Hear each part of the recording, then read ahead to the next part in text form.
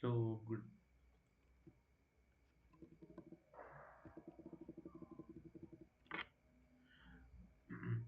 So good evening, guys.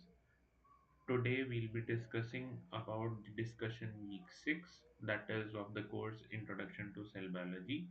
And in this lecture, we'll be mostly discussing about the cytoskeleton, different types of cytoskeleton and their functions and a bit of their structure. Okay, so b- let's start. So starting with the cytoskeleton, it actually like our human body have a skeletal system. Okay, so this skeletal system basically comprises of bones and the muscles that are actually combining or linking those particular bones. So this is the skeletal system of the human body. Likewise, the cell, that is the smallest unit of our body, will also have some skeleton that will support the cell. So it will actually give the structural support to the cell. Okay. So this skeleton that we're talking about is called as cytoskeleton. Okay. So like in this figure, as you can see, this is the cell membrane or the plasma membrane, and from here, this is the mesh-like structure that you can see here. This mesh is of the actin filaments. So this provides a support to the particular cell, maintaining its shape and integrity. Okay, so how is the cytoskeleton actually being arranged in a cell? So, for example, this is the cell. It doesn't have a specific location, but it is organized throughout the cell. Okay, so likewise, this mesh-like structure is arranged throughout the cell.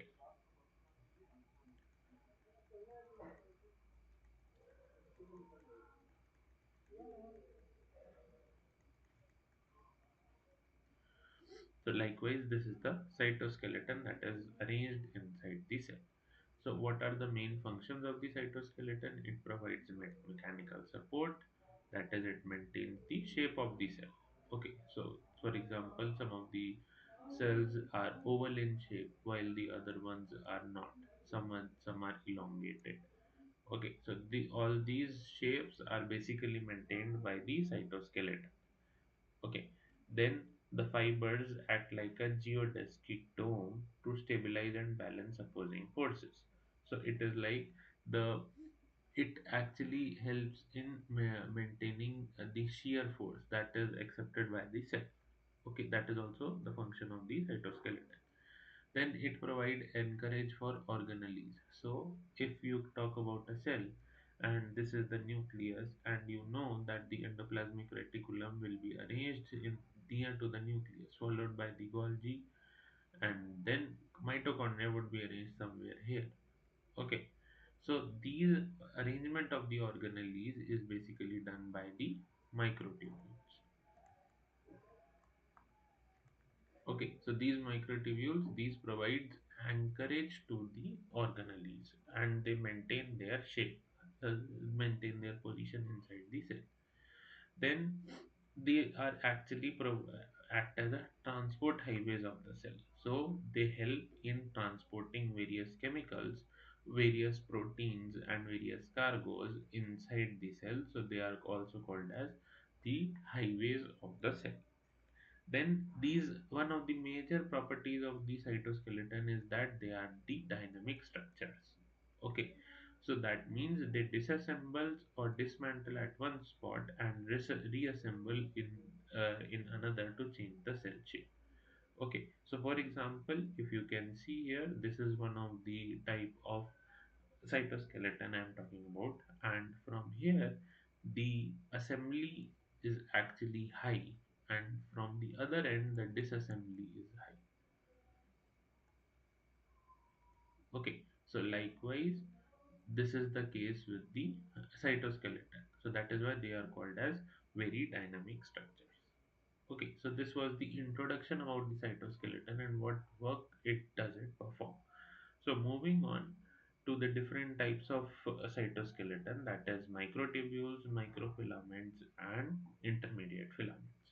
So talking about the first one, that is the microtubules. So these are hollow tubes. The wall consists of 13 columns of the tubulin molecules. Okay,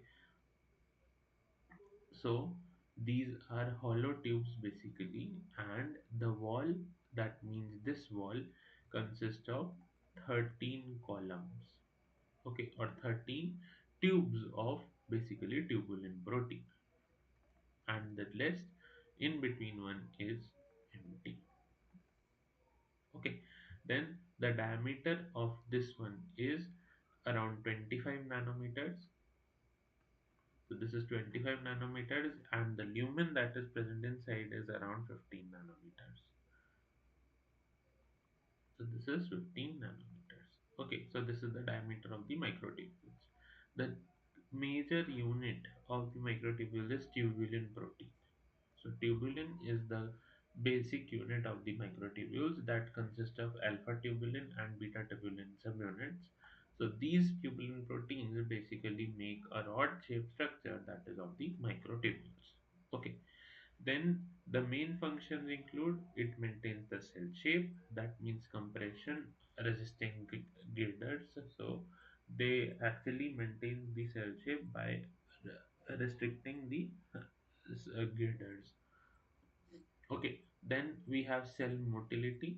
So all the both the motility features are present due to the cilia and flagella. So both of them are made up of the microtubules. Okay, so flagella is not majorly present in the human cell body except for the sperm cells and some other cells. The rest flagella is basically present in the prokaryotic system. Okay, but cilia is present majorly in the body, especially in the lining of the tongue or the esophagus. Cilia is present. Okay, then microtubule also helps in chromosome movement in the cell division. Okay, so during cell division, what happens? The microtubules basically connect to the kinetochores. So these are specialized structures that bind to the centromere, and during the division, these kinetochores basically divide, and this will split the chromatid molecules that were arranged together to form a chromosome. Okay, and the last one is organelle movement. So whenever the organelle is formed, then the movement of that particular organelle is taken care by the microtubules alone. Okay, so these were the major functions of the microtubules. Then moving to the second one, that is microfilaments. Okay, so microfilaments are two intervened strands of the actin filament. Okay, so these are 7 nanometer in diameter, and the major basic subunit of this particular cytoskeleton is actin. Okay, so what are the main functions of this actin? It maintains the cell shape. That means the tension bearing, these are the tension bearing elements, and they actually extend the shape of the cell. Then any changes in the cell shape, muscle contraction, cytoplasmic streaming, cell motility as in pseudopodia, and cell division furrow.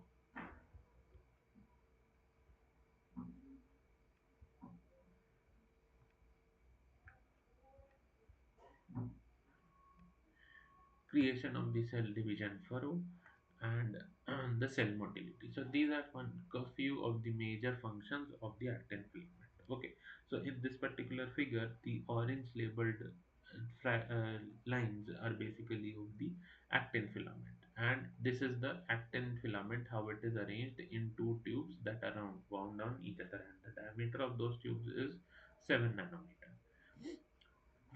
Moving on to the intermediate filaments, why they are named as intermediate filaments? Because the area or the diameter of these filaments is in between the microtubules and the microfilaments or the actin filaments. Okay, so that is why the area is around 8 to 12 nanometers. So that is in between the microfilaments and the microtubules. Then They are present in they are made up of different proteins of the keratin family, and that is distributed on these different cell types. Okay, so there is no constant feature of the intermediate filaments because there are different types of intermediate filaments depending upon the cell type. Okay, they also help in maintenance of the cell shape. They are also tension bearing elements. They encourage nucleus and certain other organelles, and they help in the formation of nuclear lamina. Okay, so they encourage the nucleus because they help in maintaining the shape of the nucleus and the certain other organelles, and they also help in the formation of the nuclear lamina. So in the nuclear lamina we have lamins. So these lamins are basically the intermediate filaments that help in maintaining the nuclear membrane. Okay, so this is the structure of the intermediate filaments. So this is a fibrous protein subunit, and this is the main sub ma- intermediate filament that have a diameter of 10 nanometers. So these were the three major cytoskeleton components that is being present in the cell. First is the microtubules that has the highest diameter. Then comes the microfilaments or the actin filaments that have the lowest diameter, and then comes the intermediate filaments that have the intermediate diameter of the two, that is actin filament and the microtubules. Okay, so this was the basic introduction. Now let's move on to the first component, that is the microtubules. Okay, so microtubules are basically formed from protein subunits that is called as a tubulin protein. Okay, so tubulin subunit itself is a heterodimer that is made up of globular proteins, that is alpha tubulin and beta tubulin, that is tightly bound together by non-covalent interactions. Okay, so both of them are consisting of a dimer. For example, here it is shown one is the beta tubulin and the other one is alpha, and both of them are joined by strong non-covalent interactions. Okay, then each alpha and beta monomer has a binding site for one molecule of GTP. So both alpha subunit, alpha tubulin and the beta tubulin has a binding site for one molecule of GTP. So this GTP helps in maintaining their dynamic structure as well as where the microtubule is important. Okay, so this is the case, and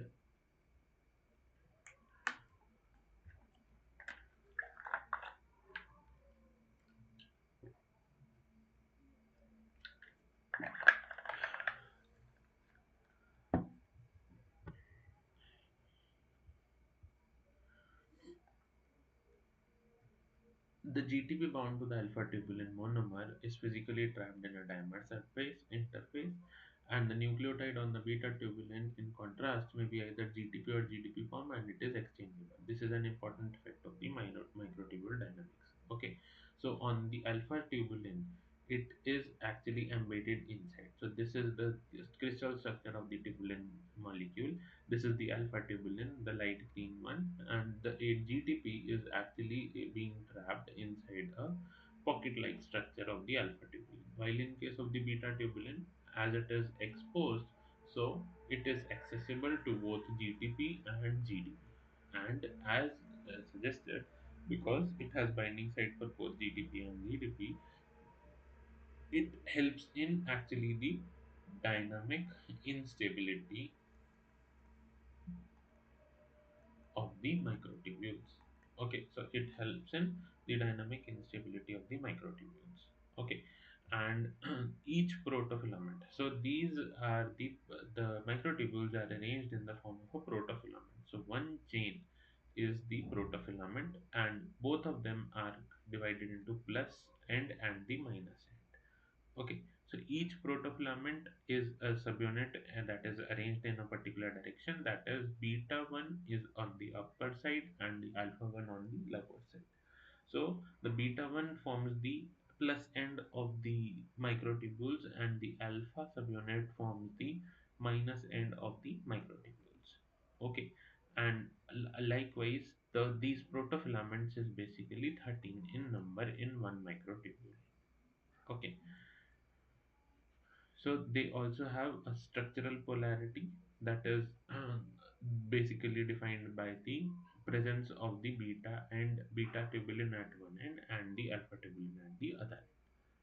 Okay, so this is the case, and as you can see here, this is a rod-like structure in which there is hollow space in the middle.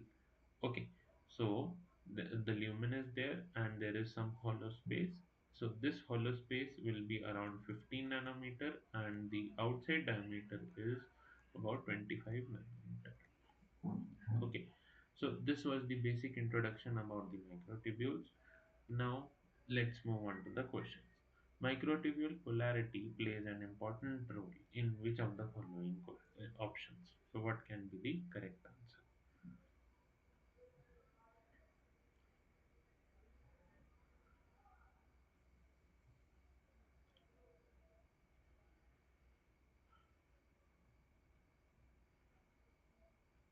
So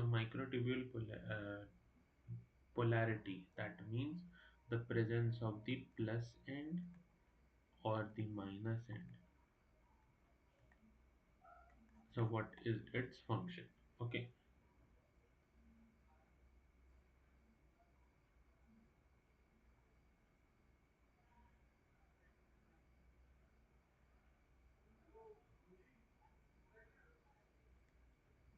so this basically provides the help in cell migration and cell polarity. So both A and B options are correct.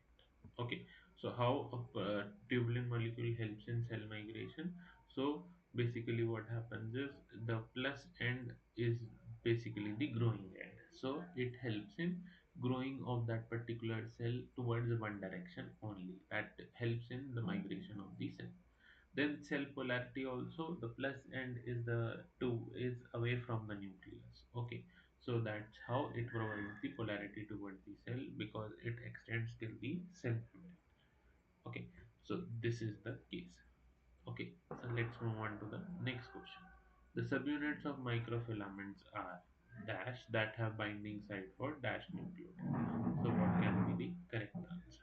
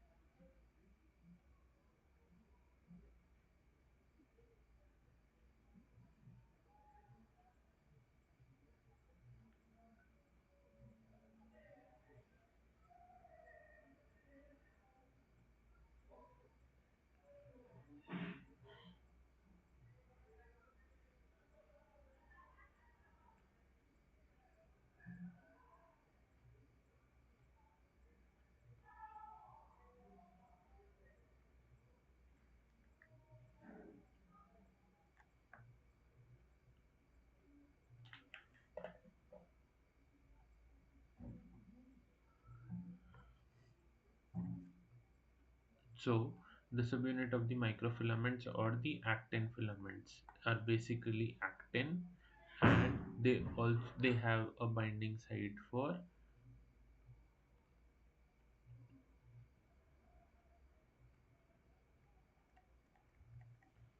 GTP.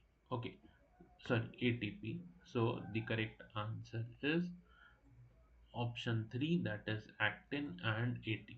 Okay, in on contrary, the microtubules has a subunit of tubulin and it has a binding site for GTP. Okay, so let's move on to the next question. Like you can see here, these are the actin filaments, and this is the plus end of the actin filament, and this is the minus end. And this is the nucleotide that we were talking about. So this is an ATP molecule. So this is ADP that when in filament. Okay, and this also has a polarity, that is it has plus end and the minus end. Okay, and the difference between the microtubule and actin filament is also that the minus end is help in growing. but in case of the microtubules, the plus end was on the growing side. Okay, and this is the 7 nanometer diameter that we talked about earlier also. And on an electromicrograph, this is the how the actin filaments look like.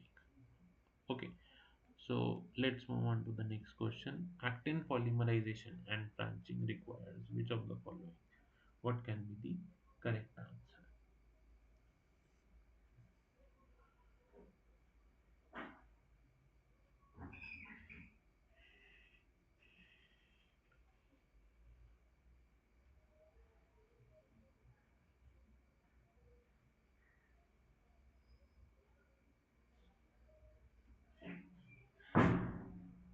So the correct answer is option 2, that is ATP, and the ARP22 by 3 proteins are the help in actin polymerization and branching. Okay, so this is how the branching occurs in an actin filament. So these are the ARP complex proteins, this U shape. So when this is the main growing chain of the actin filament, and whenever the branching needs to be set in, so what happens is they attach to any point using ATP, and then they start growing in that particular direction. So they are angled directions, and this is how they start the branching process. And this particular thing of starting the particular branch requires ATP, that is in the form of energy. Okay, so this is the direction where the assembly edge of the net filament assembly edge is growing, and this is the disassembly edge that is leading at the behind leading edge. Okay, and yes, okay. So let's move on to the next question. Which of the following statements is not true? So what can be the correct answer?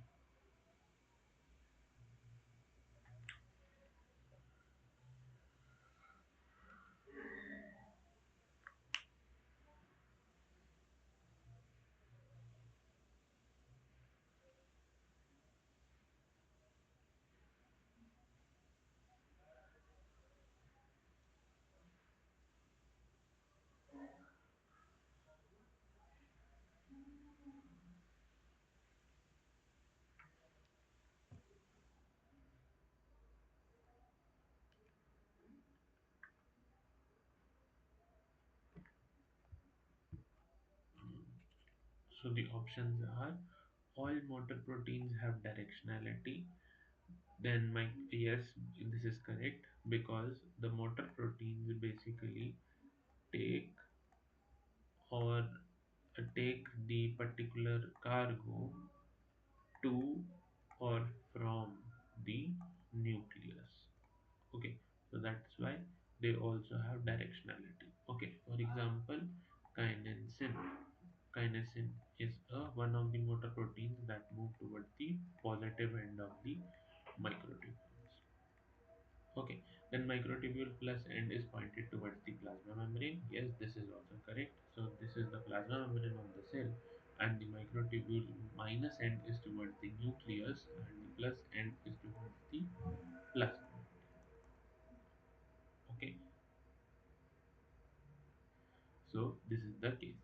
Then it ARP2 by 3 nucleates new microtubule filaments. So this is false because just now we discussed in the last question the ARP2 by 3 molecules basically help in the formation of branching in the actin filaments. Okay, then microtubules are the central support in flagella. Yes, this is also correct. The flagella is basically made up of the microtubules only. Okay, so the correct answer is option number 3. That means ARP2 by 3 nucleates new microtubule filaments. Okay, so this was the false answer. Okay, so let's move on to the next question. Which end of the actin filament is the growing end? So what can be the correct answer?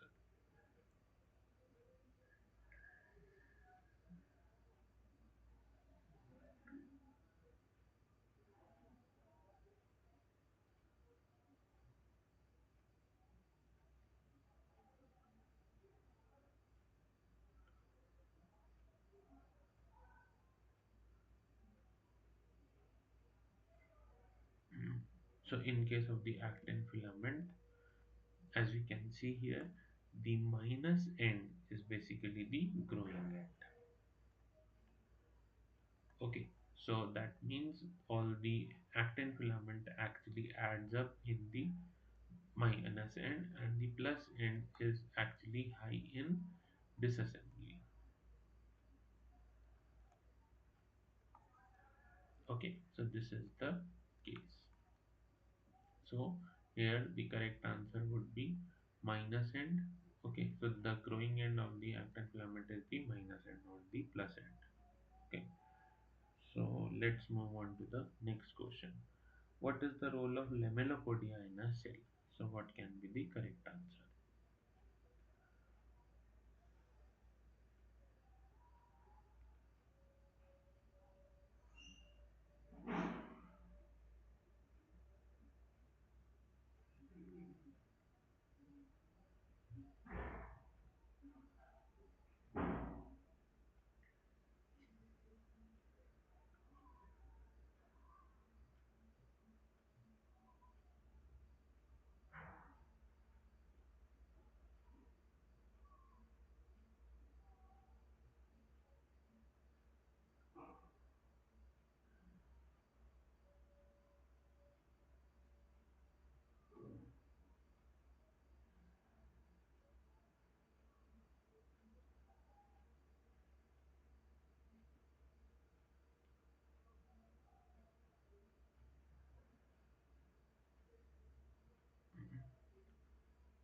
So it helps in cell surface adhesion, then it is helps in the formation of matrix degrading structures. Yes, this is also correct, and it helps in the movement of the cells. So the correct option is option 4, that is all of the above. Okay, so how a lamellipodia is basically formed is this is the tip complex that helps in growing of the actin filament, and as it reaches the cell membrane, so what happens is it tries to form a structure that will actually help in growing the membrane structure outwards. Okay, so this is like the different stages of the lamellipodia, where it starts with the dendritic network and it reaches the nascent phyllopodia. Okay, so it is like a structure that can extend the structure of the plasma membrane, and it helps in cell migration basically. So this helps in formation of the pseudopodia. Okay, so pseudopodia or the feet of the cell. So this is being formed by the lamellopodia. Then it helps in the formation of matrix degrading substances. So matrix degrading substances are basically seen in the cancer cells. Okay, in the cancer cells, they help in degrading the cell membrane and the extracellular matrix. Because in case of the cancerous cells, if they are benign, then that is fine, but if they are in metastatic conditions, then they have to float from one region to the other. So in that case, they have to degrade the particular ECM around the cell so that they can be free and ready to infect the nearby or the major important cells through the bloodstream. Okay, then they help in cell surface adhesion. Yes, this is also correct. So these lamellopodia help in cell surface adhesion also. Okay, so these are the main functions and how a lamellipodia is formed. So let's move on to the next question.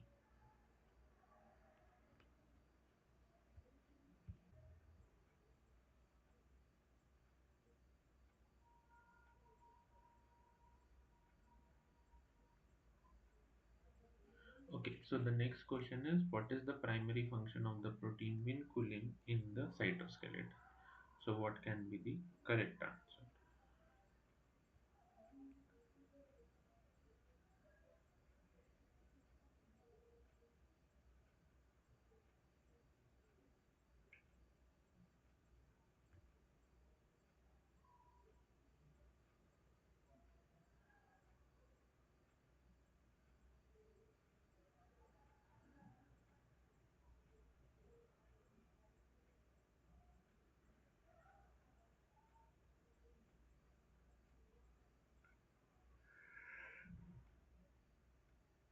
Okay, so the correct answer is option 3. That means that link the actin filaments to the integrins at the local adhesions.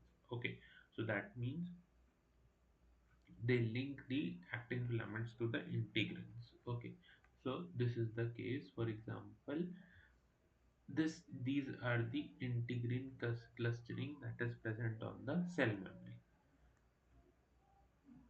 Okay, so this is the integrin clustering or the integrin protein present on the cell membrane, and this vinculin is basically a linker protein that links the actin filament that is presented towards the cytoplasm to the different proteins present on the cell membrane, thus help in maintaining the cell shape.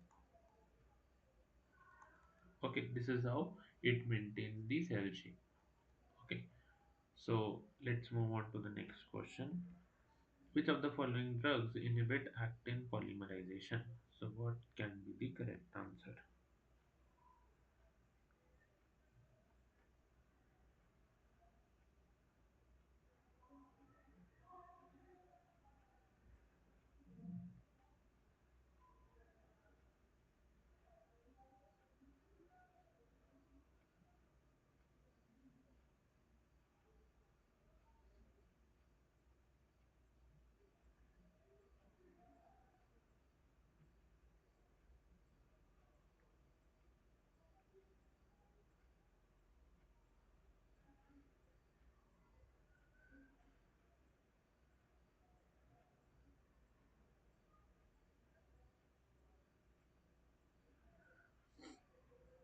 So, the correct answer is answer 1, that is lantranculin A. So, this is a antibiotic or the drug that inhibits the actin polymerization, and these are basically used as a chemotherapy drug also, so that um, inhibit the they can inhibit the polymerization of the actin.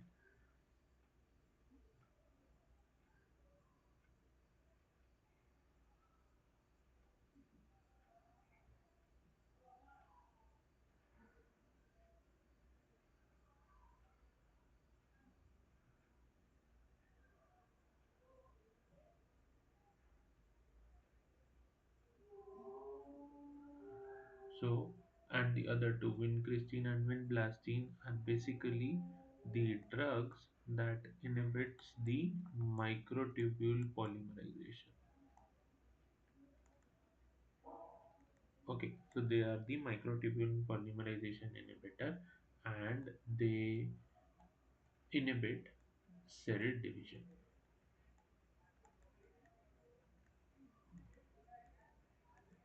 Okay, so let's move on to the next question. So this is how it inhibits the lantranulin A inhibits the actin polymerization. So this is basically how the polymerization happens, and it like attaches with the GTP, and then it can attach to the growing chain, and from here the actin monomers are basically released. Okay, then what happens is the actin depolymerization is basically inhibited by lantriculin A and B that binds to the G actin monomers, and the F actin monomers are inhibited by cytochelazin D. So what happens is there are two types of actin. One is G actin because it's free in the cytoplasm. This is called as G actin or the globular actin, and when it actually attaches to form a filament, that is called as F actin, that means filamentous actin. So these lantriculin inhibits the attachment of the G actin to the filamentous actin basically. Okay, so this is how it works. Okay, so let's move on to the next question, next part, that is the intermediate filaments. So the actin filament or intermediate filaments have a diameter.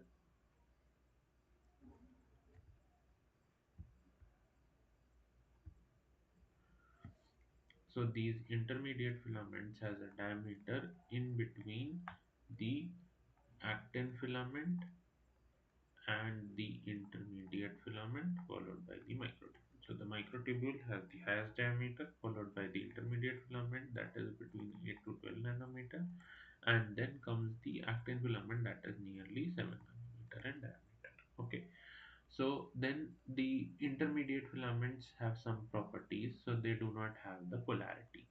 Okay, like the actin and the tubular filament has the plus and the minus ends that help in assembly and disassembly of those particular components. The intermediate filaments lack the polarity, and the subunits do not bind to nucleotides and oriented in the opposite direction during filament assembly. Okay, so they do not bind to any nucleotides and they are oriented in opposite directions. Okay, so likewise, if they are connecting to form an intermediate filament, so in one of the case it would be N here and C here in the first part, and the C of the first one and the N of the second one would be on the second side. So this is how they maintain their structural appearance. Okay, these leads to similar structural appearance at both of the filament ends, and as suggested by Frapp experiments. Okay, then IFs have a high tensile strength and are resistant to compression, twisting, and bending forces. So, because of this, they have a high tensile strength that are elastic in nature of intermediate. That because of this, they are elastic in nature, and they actually have high degree of lateral versus longitudinal interactions within the filaments. So this actually promotes the high tensile strength, the toughness, and long range elasticity of the intermediate filaments. Okay, then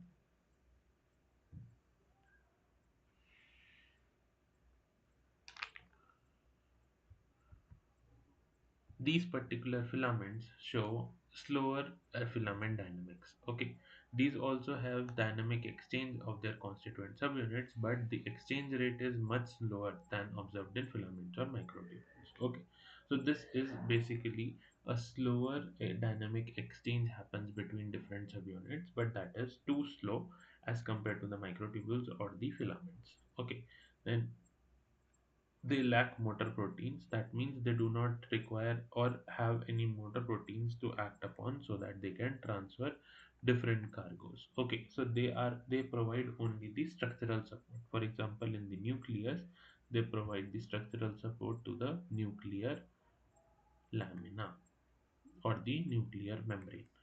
Okay, so this is the case because they do not have any polarity, so they lack the motor proteins. Now let's move on to the next part. Which of the skeletal cytoskeletal components lack polarity? So what can be the correct answer?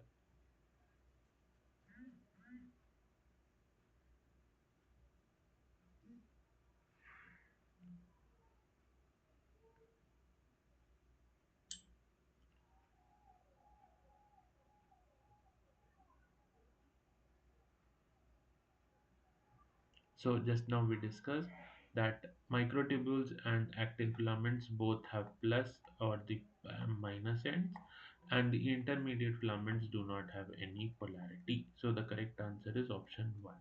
Okay, they do not have any polarity. Moving on the next one, lamins are an example of what can be the correct answer. So lamins are basically the proteins or the cytoskeletal proteins that are present under the nuclear lamina. Okay, so they have they are an intermediate filament. They do not belong to the microtubules or the actin filament. They are part of the intermediate filament pool. Okay, so the correct answer is option number 3. And this is how it is arranged in the nucleus. Okay, so this is basically the lamins that are the intermediate filaments present just under the nuclear lamina, the inner portion of the nuclear lamina, so that it can support the nuclear lamina and help in protein production also. Okay, and it also interacts with different protein molecules that bind to the DNA molecule, that is basically the heterochromatin, that we'll be discussing in the couple of lectures, which will give us an idea about the euchromatin and the heterochromatin. Okay, so any cargo coming, and so it then here comes the nuclear envelope or nuclear pore complex, which help in movement of the cargo to and from the nucleus. Okay, so this is the movement of the cargo. Okay, so this is how a intermediate filament lamins framework works in the nuclear lamina. Okay, moving on to the next question: how do bacterial cytoskeletal proteins such as MREB and FTSZ contribute to cell shape and division? So, what can be the correct answer?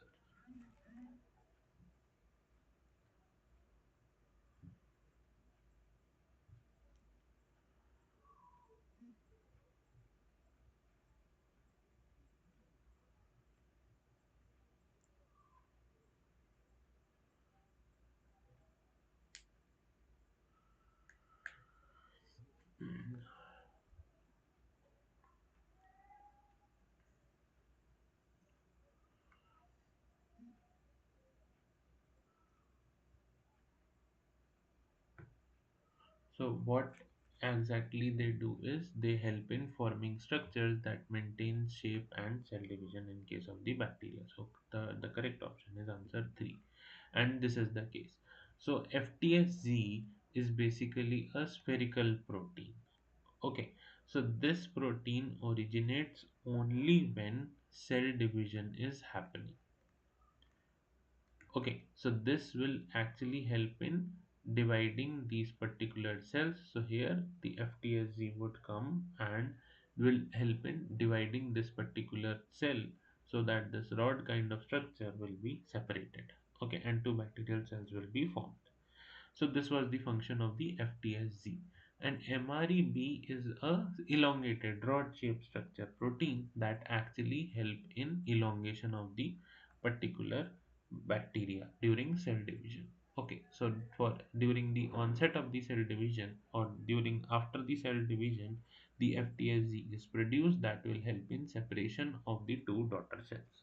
Okay, and this is the experiment that was being performed, because it was initially the hypothesis that FTSZ is present throughout the cell membrane. Okay, so what they did was they tagged the FTSZ gene with EGFP that actually helps in guiding the proteins to the membrane. Okay, so when they found out that the FTSZ protein is actually being present at the ring of the two divided bacterial cells. Okay, so this suggested that FTSZ is only help in cell division, while in cell or elongation, the MREB has a major role.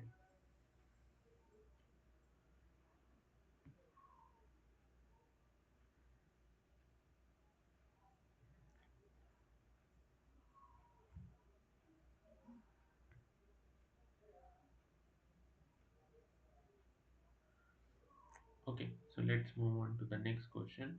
The role of motor proteins in cells is 2.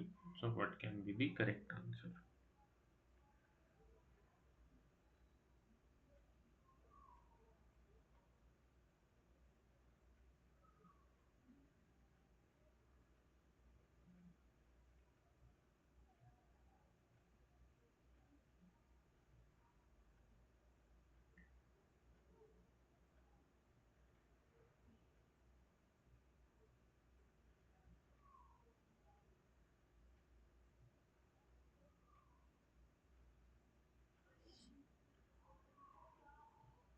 So, the correct answer is option 2, that is the move cargo vesicles in the cell. Okay, so these motor proteins basically bind to the microtubules and they are directed towards the positive or the negative ends of the microtubule. Okay, so there are different motor proteins that actually move either on the positive side or towards the negative side. Okay, so this is the example of the motor protein. They have domains that are type of the leg, and they help in movement of these proteins on the microtubules. Okay, so, like I said, that there can be different kinds of motor proteins. So, one of the motor proteins move towards the left side or the negative side, and one of the motor proteins move towards the positive side. Okay, so this is how it happens. Now, let's move on to the next question. Which motor protein is primarily responsible for transporting vesicles along with microtubules toward the placenta away from the nucleus? So, what can be the correct answer?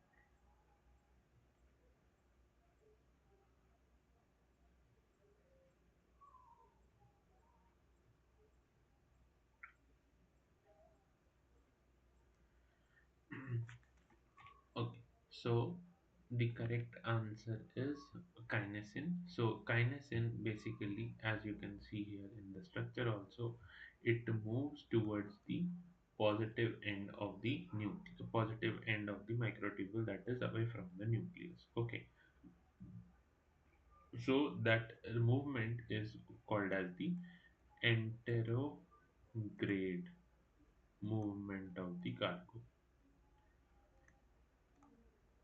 So any of the cargo that needs to be transported towards the plasma membrane is being taken care by the kinesin molecule. Okay, and so this actually helps in movement of the molecules or the cargoes away from the nucleus. So any cargo that needs to be delivered outside, that will be delivered by the kinesin molecule. Okay, so let's move on to the next part, that is the description about the kinesin.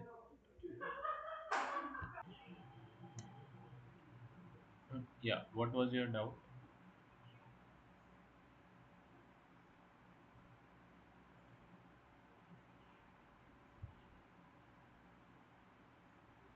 Okay, so dynin, right? So dynin are the motor proteins that are basically involved in bending of the flagella and the uh, like. So as you can see the structure, so dynin proteins are directed towards the negative end of the microtubule, and they actually carry to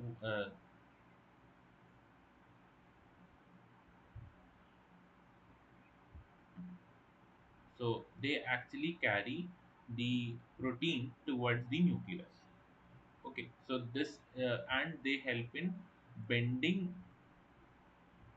of flagella and cilia molecules also.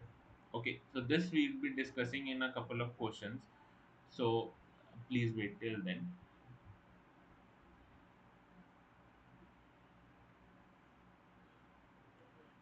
So now we'll be discussing about the motor protein, that is kinesin. So kinesin is one of the motor protein that move along the microtubules, and it moves from the towards the positive end, that is away from the nucleus. Okay, now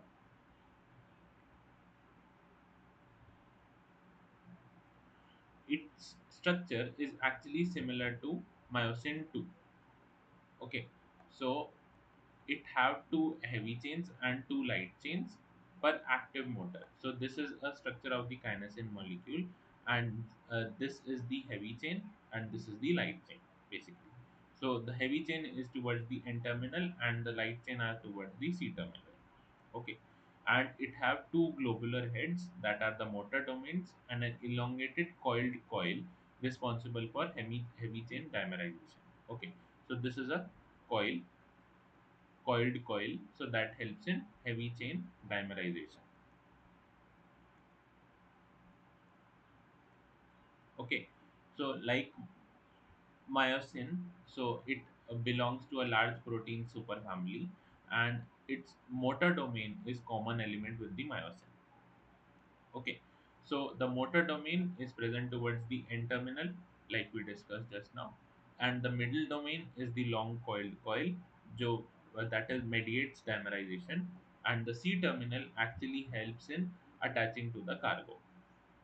Okay, so this point attaches to the microtubule, this point attaches to the cargo, and so this is the basic structure of a kinesin molecule, kinesin 1, and how it attaches to the cargo. So this is the point of attachment with the microtubule, and this is the point of attachment with the cargo, and this is the stalk or the coiled coil structure. Okay, so and how it actually moves on a microtubule. So what happens is it has a binding site for a nucleotide, that is ATP. Okay, so when it is actually bound to the ATP, it has high affinity towards the microtubule.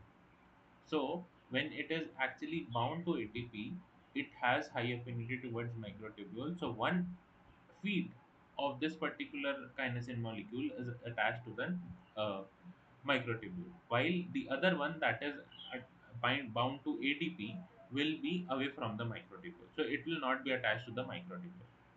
Now what happens is this ADP is now converted to ATP. So when this ADP is converted to ADP, it will release, and this ADP will be changed back to ATP. Okay, so likewise, this ATP will help the movement of this ATP by conversion into ADP. Okay, this phosphate transfer will help this ADP to form ATP, and now this will actually bind to this particular microtubule. So, like we walk, these motor proteins also walk on the microtubule, and likewise, when ATP is bound to this particular head of the motor proteins, then it will be bound to the microtubule. And once it releases its phosphate group and turns into ADP, its affinity towards the microtubule decreases and it will actually separate from the microtubule. Okay, so this is how it uh, uh, moves on a particular microtubule like this.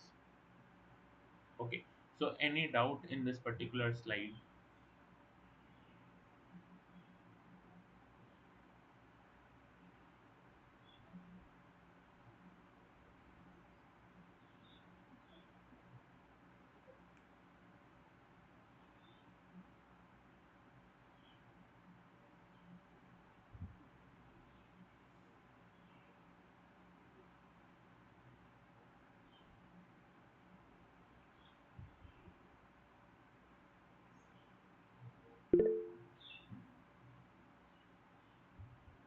Yeah.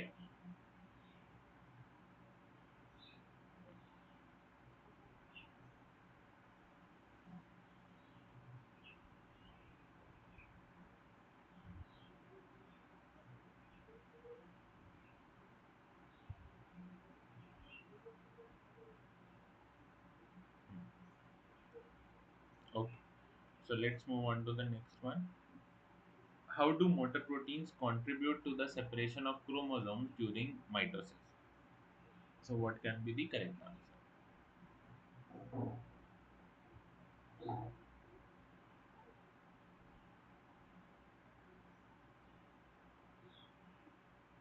Okay, any more answers?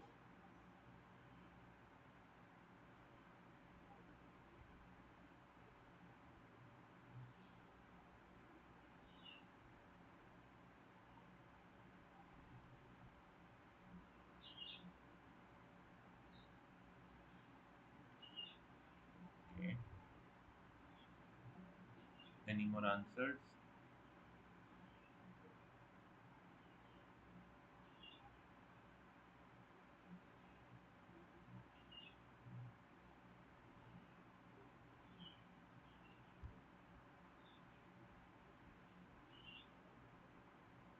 So the correct answer is option 3. So what happens is they bound to the separating chromosomes and they move along the microtubules. Okay. So this is how a typical mitosis look like. Okay. So what happens is the positive end of the microtubules start originating from this side, and the motor proteins actually bind to the arranged chromosomes in the metaphase stage. Now, as they have to move to the opposite poles, so now the motor proteins bind to the chromosomes and they start moving on the microtubules towards their positive end. Okay, so this is how they help in separation of the chromosomes from in that are arranged in a central plate in the metaphase stage. Okay, so any doubts in this particular question?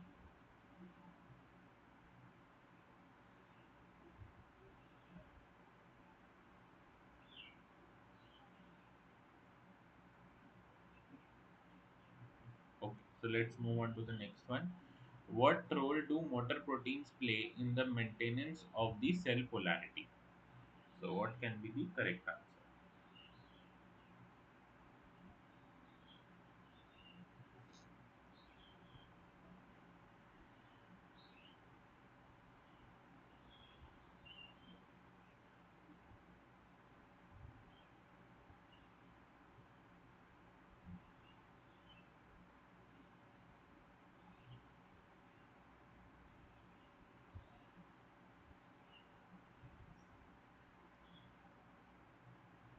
Okay, any more answers?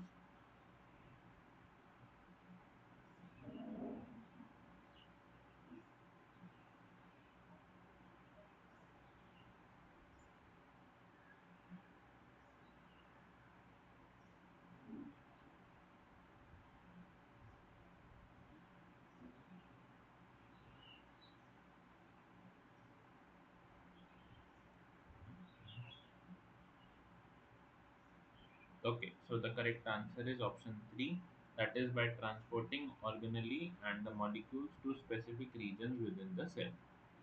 Okay, so this is how. So, okay. So, what will happen? This is a cell, but there is a nucleus. The ER is arranged in the new just beside the nucleus. Then we have the whole endomembrane system. Okay, including the Golgi. Then we have the lysosome. Okay, so lysosome will be here. Then we have the mitochondria. Okay, so likewise, all the organelles are arranged in a specific fashion. Okay, so the polarity of this particular cell will be arranged in such a way that this end would be arranged in the form of the organelles. Okay, and that would be done only by the motor proteins. And the other organelles that are not involved in any of the functions that are belonging to this particular end will be arranged in the opposite end. So that is how the polarity of the cell is maintained by the motor proteins.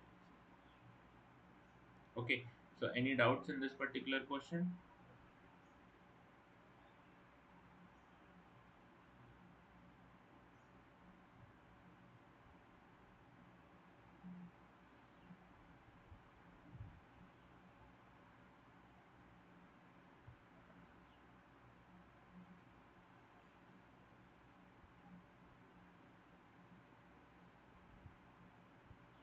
Hmm.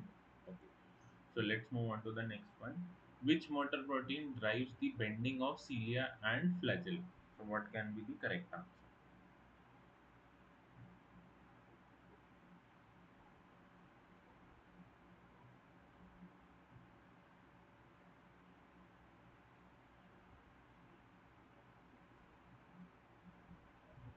Yes.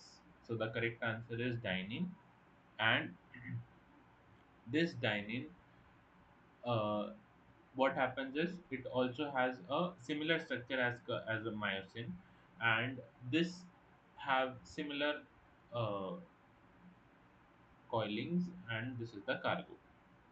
Sorry, C terminal. So this is the N terminal, C terminal, and this is the mm, stop. So this red color one is the dynein arms.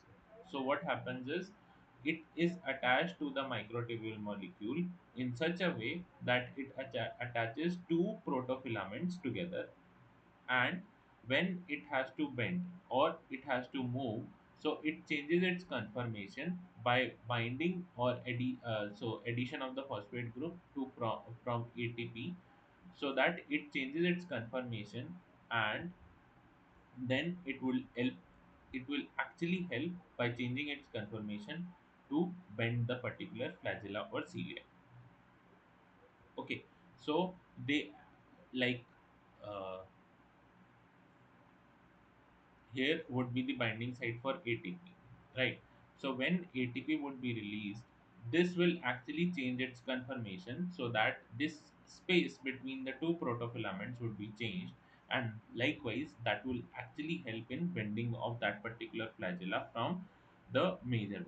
And by bending of this flagella, it will help the particular cell to move. Okay, so this is the major function of the dynein proteins in the cilia and flagella. Okay, so these dynein arms, they grab and move, release, and the outer microtubules. So this helps in majorly shaking of the microtubules. Okay, then protein crosslinks limit sliding, and the force is expressed as bending. Okay, so what will happen? This will slide, the protofilaments will slide upon itself, and this force will appear as bending on the flagella. Okay, so this is how a dynein protein helps in movement of the cell by bending of the flagella. So any doubts in this particular question?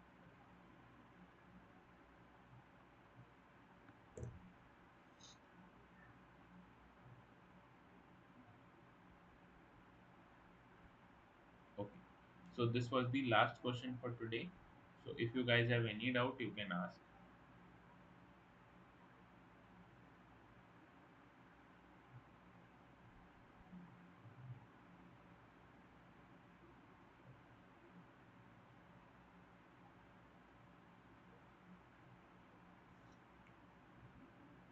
Okay, if no doubts, then we'll close the session for today.